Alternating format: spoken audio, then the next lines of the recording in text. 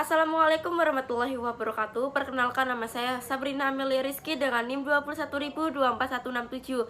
Di sini saya sebagai moderator dari kelompok 2 dan saya akan membacakan nama-nama kelompok saya, yakni Else Egawati Mareta Aldi dengan NIM 210241157 dan Devita Lestari Kusmedi dengan NIM 210241162.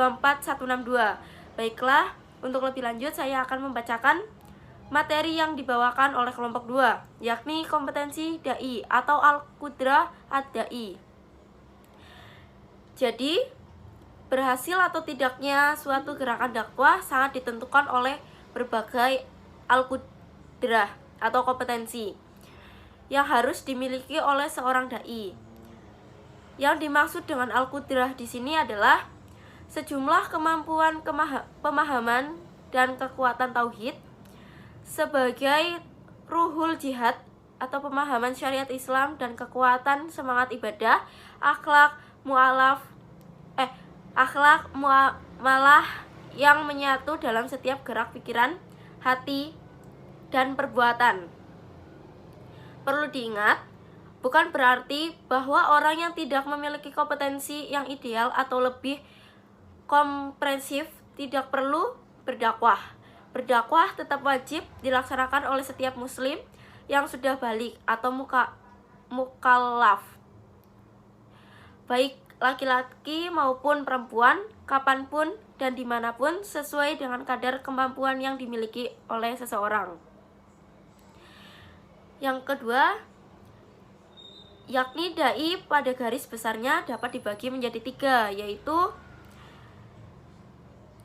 yang dimaksud dengan kompetensi dasar ini adalah sejumlah kemampuan spiritual yang bersifat prinsip dan praktis yang harus dimiliki oleh setiap mujahid dakwah. Kompetensi yang dimaksud pada garis besarnya ialah sebagai berikut, yakni 1. Bisa membaca Al-Quran dengan fasih. Yang kedua, memahami Al-Quran dan sunnah Nabi Muhammad. Secara umum, seseorang yang sudah mubalik harus belajar untuk memahami agama. Belajar memahami agama Islam yang bernilai jihad di jalan Allah Subhanahu wa Ta'ala. Yang ketiga, memahami pokok-pokok ajaran Islam. Pokok-pokok ajaran Islam di sini mencakup seperti tauhid, ibadah, akhlak, dan muamalah. Muamalah di sini mencakup beberapa aspek, yaitu pendidikan, sosial, ekonomi, budaya, dan politik. Dari 4 pokok ajaran Islam tersebut dibagi menjadi 2, yaitu 1. Ajaran agama yang bersifat tetap atau tidak berubah, yang disebut sawabit, mencakup yaitu tauhid, ibadah, dan akhlak. Sedangkan yang kedua, pokok ajaran Islam bersifat dinamis atau mutaghirat, meliputi seperti pendidikan, sosial, ekonomi, budaya, dan politik. Istiqomah dalam ketakwaan dan sholat terpelihara. Ketakwaan tidak mengenal batas, tempat, dan waktu. Di mana saja dan kapan saja harus selalu dalam keadaan melaksanakan perintah Allah Subhanahu wa Ta'ala sebagaimana yang diperintahkan dan menjauhi larangannya. Kemudian berakhlak al-karimah. Akhlak yang dimaksud sebagai syarat kemampuan dasar yang harus dimiliki oleh seorang dai adalah akhlak yang mencakup 3 arah, yaitu akhlak secara vertikal kepada Allah Subhanahu wa Ta'ala, akhlak secara horizontal sesama manusia sesuai dengan status sosial masing-masing, dan akhlak secara diagonal dengan alam sekitar, sehingga akhlak seorang dai memiliki 3 dimensi kekuatan yang menyatu sebagai akhlakul karimah yang diharapkan oleh Nabi Muhammad. Kemudian sabar, tabah, dan tawakal kepada Allah Subhanahu wa Ta'ala. Seorang dai tidak akan lepas dari berbagai macam tantangan dan cobaan, baik berupa ejekan, penghinaan, penolakan dakwah, dan lain-lain. Kedua adalah kompetensi keahlian atau al-qudrah al-iktisasiyah.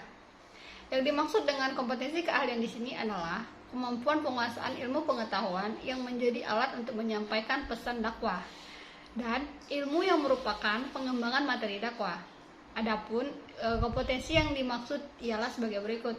Yang pertama, memahami ilmu dakwah. Karena menjadi seorang dai, setidaknya memahami dakwah secara ilmiah. Dan dakwah sebagai suatu ilmu yang mempunyai sistematika yang harus dipahami dengan baik. Dan dakwah sebagai ilmu paling tidak terdiri dari 9 subsistem. Selanjutnya yang kedua, yaitu memahami tujuan dakwah. Karena menjadi seorang dai adalah mempunyai tujuan. Tercapainya tujuan dakwah tidak ditentukan dengan pandainya dai membuat lelucon sehingga seluruh audiens tertawa. Yang ketiga adalah memahami sirah nabawi. Tugas utama para nabi Shallallahu Alaihi Wasallam adalah mendakwahkan agama Islam pada zamannya masing-masing. Dan para nabi mengemban tugas dakwah dalam bimbingan Allah Subhanahu wa taala, sehingga seperti apapun problematika dakwah, mau sebagaimanapun tantangan dakwah yang mereka hadapi. Yang selanjutnya yang terakhir adalah memahami fikih Islam dan usul fikih. Dalam upaya pengembangan fikih dalam upaya pengembangan fikih Islam seiring dengan perlunya memenuhi kebutuhan umat Islam dan membuktikan Islam sebagai rahmah alamin. Terakhir ada kompetensi penunjang atau al-qudrah al-imadiyah. Di sini terdapat beberapa poin. Yang pertama adalah memahami psikologi dakwah. Psikologi dakwah merupakan sebuah psikologi praktis atau terapan. Maka ruang lingkup pembahasannya pun berbeda dalam proses kegiatan dakwah, di mana sasarannya seorang dai harus bisa menciptakan suasana hubungan psikologi atau pikiran dan hati yang nyaman dengan sasaran dakwah.